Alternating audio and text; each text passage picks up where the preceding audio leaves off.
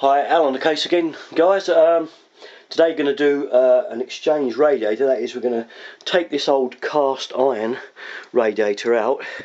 This one's been in here for a good 25 years, maybe 30, and we're going to replace it with a standard radiator. It's going to be a single panel convector because it's equal or a bit more than just the output of that old double, because it's a single convector. We'll take it with a nice modern one. Also going to put a modern thermostatic rad valve on there rather than that old thing that's on there. So we're going to take you through this job right through. First off, of course, turn your main supply off, or isolate your roof tank if you've got a hot water tank side type of system. Drain it all out, and the drain valve be on the lowest point somewhere on your system, by a radiator or somewhere. And once you've done that, then we can start work on the radiator. Open the air vent on the radiator, let all the water go out first out of the system, and then once you've done that, you're ready to undo the valves, and we'll do that first and get the radiator out. Okay, we're undoing this radiator first, this one here. I like to slacken that bottom nut a little bit and these at the same time because they'll try and twist each other, and once you've done that, you're on your way. You can get this rad valve off. As I said on this video, we're just exchanging this radiator for one exactly the same size, so we won't have to alter our pipes at either end. So that's why I'm showing this one. There is another video I've got out there that shows you how to do a radiator if you're putting a bigger one on, and how to make the holes and fit the pipe that way round. But if you're fitting one the same size, this should be the video for you. So we'll undo this one and then we'll take you up the other end and undo the other valve. Okay, we're at the other end now, and once again I've slackened off the main connection so that I can undo them easily. So I'm only holding the camera with the left hand, doing the job with the right, so you can see exactly how it's done. And then we'll get these off and then we can lift this rad away. Now before you lift this rad away, I've got to show you a little tip that also needs doing, because there will be some black sludgy gunge in these things, there always is, and you don't want to get that on the carpet. It's murder to get off. So once this is off, I'll show you a little tip I always do, just to stop all the black sludge coming out of that radiator. Okay guys, down at this level, next thing, taking the rad off, a little tip. Get a bowl, put it under one end. If you can get a partner to help you with the other end, lift the thing off level, and then we'll tilt the muck into this bowl, and you'll see how much comes out. Worth doing. Okay, you ready? Up and tilt to me. And there you go. You can see how much muck is coming out of there. You don't want any of that on your carpet, because believe me, it's a devil hell's job to get it off if it goes on anything. So just keep it tilted, get it all out. Okay, we'll wait till it's all out, and then we're going to turn the rad upside down, and then that will prevent any more from coming out. So that looks about good to me now. That'll do. So level your rad off, okay, and then turn it all the way round, like so. I don't know if you can see it from that camera. I'm hoping so. And you can put your rad on the floor, okay, and no more will come out. So there you go. All the black crap is in there. Okay, now rad is now upside down on the carpet, and we'll just take it outside now and dispose of it. Right, next thing guys, the old brackets, they won't fit anything, so they've got to come off, I'm afraid. Whoop, mind the camera there. So there's usually old, if they're an old one, they usually got flat screws. So we'll get that off next, because they won't fit your new radiator, I can guarantee you. Okay, there we have the red brackets off, the old ones off, and the next step is to unwrap your radiator. It's all wrapped up, so we'll get on getting them out of the packet next. Well, when you've unwrapped her, you'll find a little accessory pack here, with your air valve and your plug for the other end, and some cover plates for the back at the top of the radiator there. You can see them here. Sorry about I'm pointing this in the wrong way. It's a job to do it one-handed, but yeah. Okay, there's your plug, and there's your air valve, and there's your covers. Okay, it looks to be a set of rad brackets. And other than that, I always bring it in upside down to begin with, because there's two nasty, horrible plugs always fastened in the back, and they do require a bigger screwdriver to get them out. I've already broken it so that it's gone, but it's rather tough to begin with, and they've got to come out on both sides. So I've done one side, I'll go and do the other. Okay, next thing is to, I like to do anyway, is to make the towels up, and that's a towel for our valve. Okay, I like to get these made up first into the rad while it's upside down. Now I use an old-fashioned remedy. They called it hemp in the old days. I don't know if you can still get this stuff. It's like a sort of stringy affair. But don't worry, PTFE tape is generally the recommended thing nowadays. I still prefer this old method. But PTFE is the same. You just wind it round the thread and just wrap plenty round. If you have got any of this old hemp, they call it, you may be able to get it in a plumber's shop still. I don't know if you can still get it, it's that old. It's better in my opinion.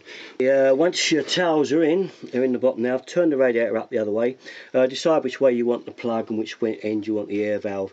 This is the right way around, it's going to go on the wall, so I'm going to put my plug this end and the air valve the other. You haven't got to worry about hemp or anything on there. No PTF, it's got a rubber washer on the end, so you haven't got to worry. You can just screw it in and nip it up, and then put your air valve. I'll put that on the other end, but I don't need to show you that, you know how to do that. So I'll just do those next. Right, one other thing as well, before you go fixing your rads to wall, I think another thing that's worth mentioning doing, if you are renewing the radiator valves, which I'm in this instance, this is the old nut off the old radiator valve, and I can tell you that certainly won't fit this thread. It might look chrome and it might look like it might do it, but it won't. So don't try to fit that on. You've got to get this nut and washer off. There's a couple of ways of doing that. You either bang and try and get it off like that, or you can try and undo it with grips, or at the very worst we'll saw it. So I'm going to leave it running so we can see which way it comes off best. I'm going to try knocking up with a spanner. This sometimes works, sometimes don't. Get your spanner and just get it slightly narrow to the pipe so it slides up and down, and then just keep whacking like that. Well, that was handy. It come off in one hit, so that was very lucky. It doesn't normally happen like that, so that's great. So now we can fit our new nut quite easily. You just undo the nut on there and just slide that and you'll live on. So we'll go and do the one over the other side, see if that one's as easy, shall we? Let's bring it over. I'll lift you up, sorry you're going all over the place, but we'll face you at that one and we'll see if we're just as lucky with this one or not. Maybe not, probably not. Let's have a look. No, that one's a bit tighter. Just keep going.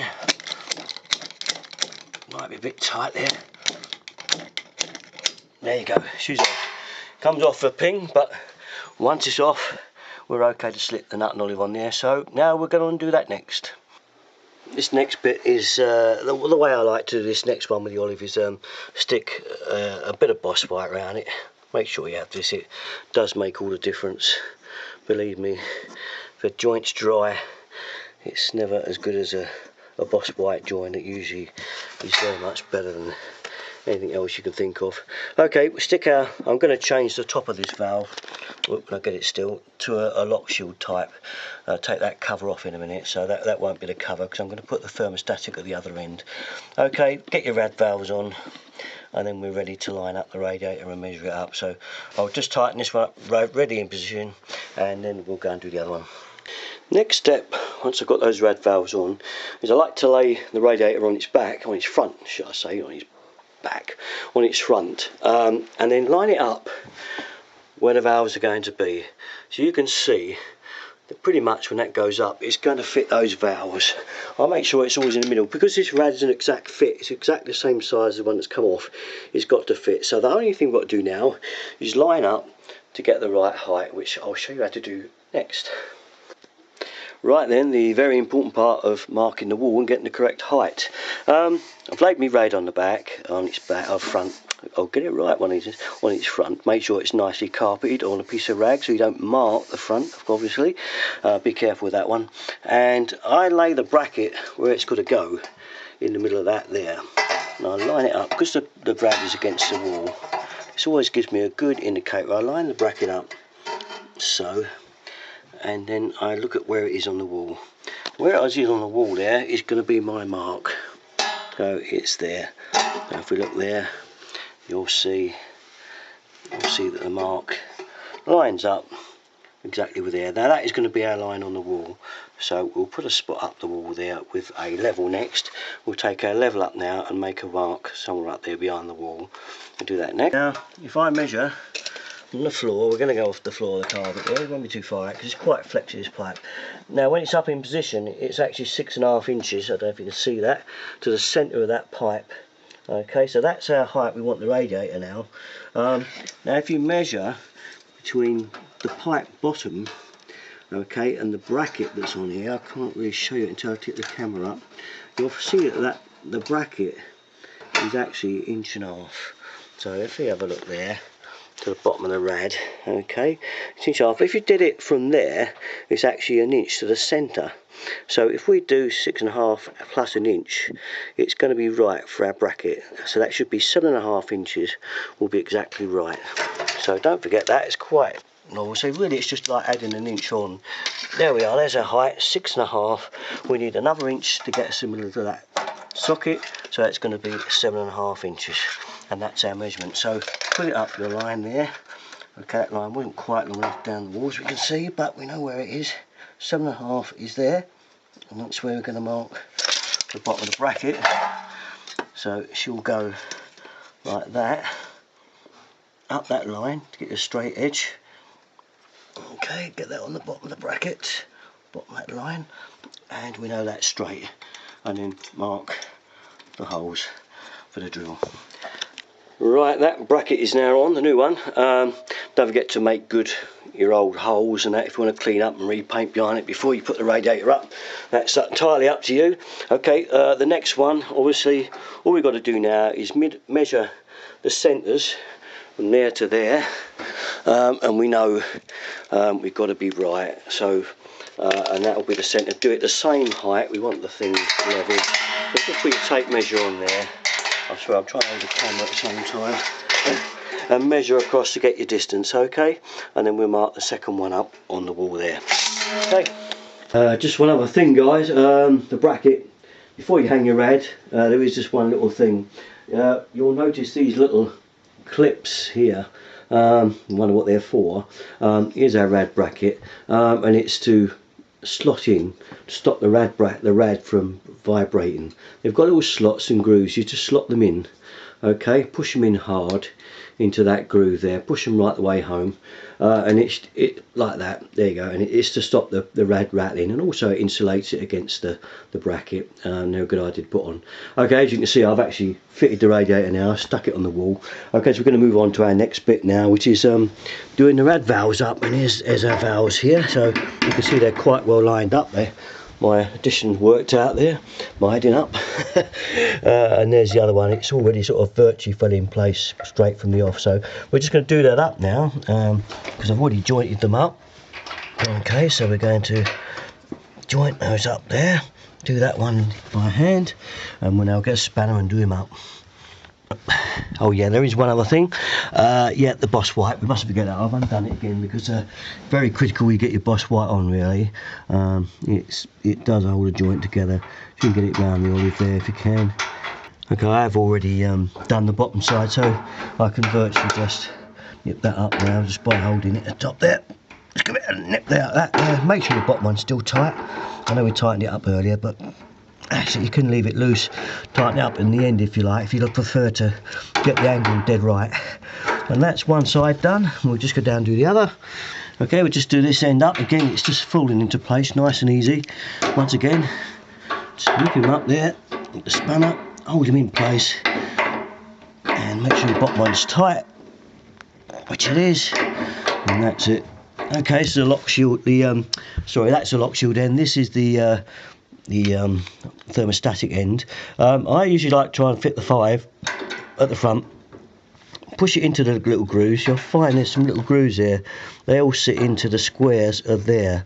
So when you fit your thermostatic, get it about, you'll feel it drop in, and then just nip that up. Now I do advise nipping that up with something a bit soft and easy, like a rubber spanner. I like to get a little bit of that felt around it there, just give it a little nip. Okay, just a little pinch, just to hold it. It doesn't need much. And that's it. You can now turn your valve right down to any setting you want, but it's best now to leave it fully open. And now we're going to shut the bleed cock off that we've did earlier, and now we're going to fill the system up. But make sure you shut any other bleed valves that you may have opened to drain any other rads if they were falling back on you. Drain those off as well. Sorry, shut them off as well, and shut your drain off cock where you drained off outside. So making sure everything's off, then go and start and turn your water back on. It should start filling. You'll hear it going to the radiator, and then you can carry on and bleed it. And the rest is that's it really. That's end of the day. Bleed all your radiators, any that had air in them, go around the lot. You will need to, because they may have picked up some air, and at the end of the day, really that's it. Okay, well thanks very much for watching everybody. Derrickton33 for tons of other videos. I've got another one on there about fitting a larger rad and the difficulties that's involved, as I told you earlier, and I've got loads of other stuff. So Derrickton33, if you like my videos, please feel free to subscribe. I don't mind. Okay, thanks for watching, guys.